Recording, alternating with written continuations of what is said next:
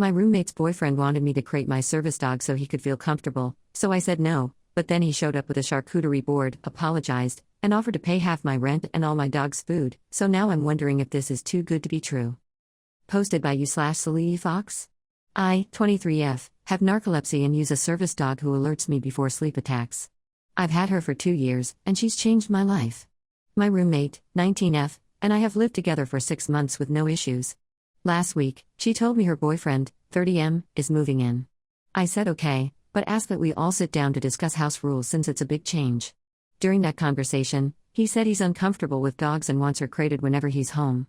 I explained she's a service dog, not a pet, and that she needs to be with me to do her job. He said he gets that, but his comfort matters too since he's paying rent. He suggested I could keep her in my bedroom only, but she needs to move freely to alert me wherever I am in the apartment. I said no, this is a medical accommodation, not a negotiation. Now, my roommate is saying I'm being inflexible and ruining her relationship because her boyfriend is reconsidering moving in.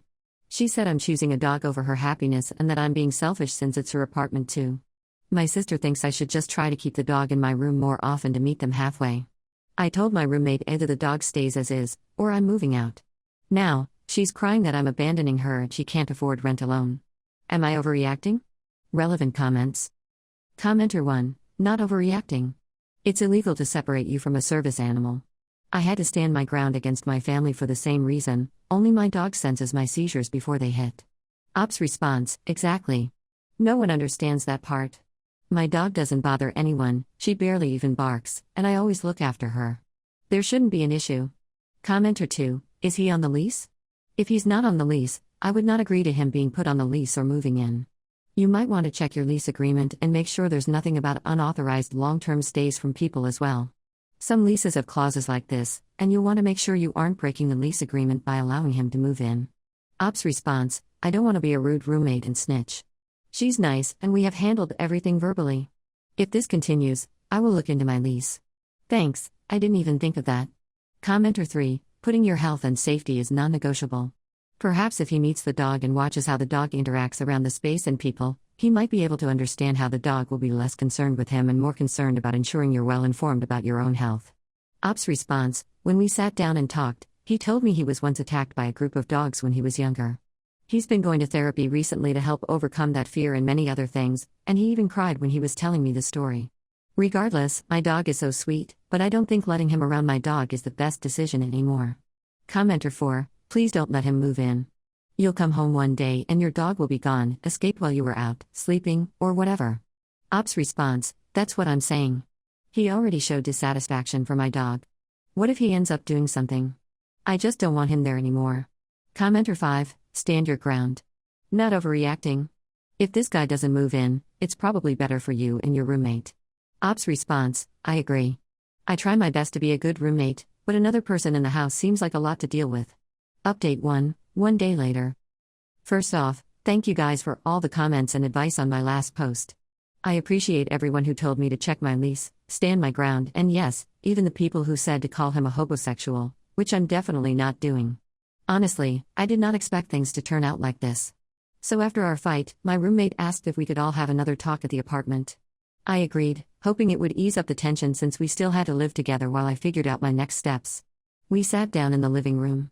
She immediately apologized for how everything went down and talked about how she'd been doing a lot of thinking about her relationship and living situation. About 5 minutes in, her boyfriend showed up with a bag of dog treats and a full charcuterie board. He sat down and immediately apologized. He told me he talked about the entire situation in his therapy session, and it helped him realize how he was being completely unreasonable about the situation. He said he'd been selfish and ignorant about what service animals actually do. He said he would prefer to stay with her because he's in the process of buying a home. He thinks it would take about 3 to 4 months before he can close on the house he wants, and doesn't want to renew his current lease for another full year. Then he said if he still moves in, he wants to pay half my rent and cover all my dog's food going forward. He called it the least I can do for being a jerk about a disability accommodation. My roommate nodded and said they discussed it and agreed. Both of them seemed genuinely sorry. I told him it's something I need to think about. He said he completely understands, that he's going to give us our space, and then he left. My roommate and I decided to take the charcuterie board and go on a picnic for the day at a park nearby. We both agreed it was best for us to just enjoy our time together, and that I should sleep on it before I make any decisions. She said she wants me to be as comfortable as possible, which honestly made me feel a lot better. The offer is really generous. We're talking like $600 plus a month between the rent and dog expenses. But I keep thinking about whether this would last or if the complaints will start again once he's settled in. My sister, who told me to compromise before, now says I should take the deal because free rent is free rent. But my mom thinks it sounds too good to be true and I should still move out. Am I overreacting for still being hesitant even after the apology and extremely generous offer? Relevant comments. Commenter 1. Why do you have a teenage roommate? Ops response. Last year of college at off-campus housing. Commenter 2. Does sound too good to be true. Will your dog be safe? Ops response. That's the most important question. Commenter 3. Do not take the bait. Ops response. I don't want to, but to be honest, it would really help me financially. Commenter 4. $2,000 for being a jerk seems unlikely. And if the house plan is legit, is your roommate moving out then too? Ops response. I think she would finish up her lease here and then move out after, so technically yes. Commenter 5. It does sound too good to be true. He probably means it for now, but next month he'll be complaining about it.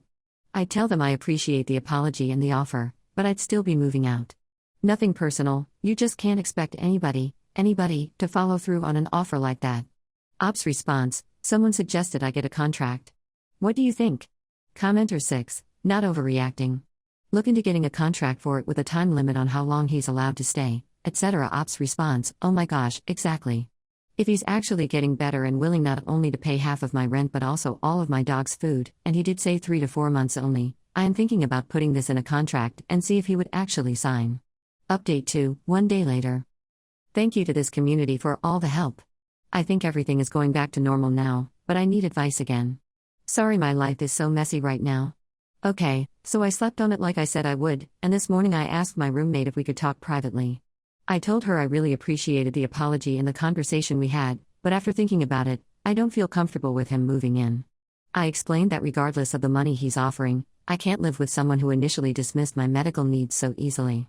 I need to feel safe in my own home, and I need to know my service dog can do her job without restrictions or tension. My roommate actually took it really well.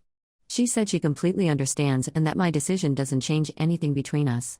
She told me she really enjoyed our time together yesterday just talking and eating our charcuterie board, and that she's glad we were able to work everything through. She said he won't be moving in, and that's final. Later, I overheard them talking in her room.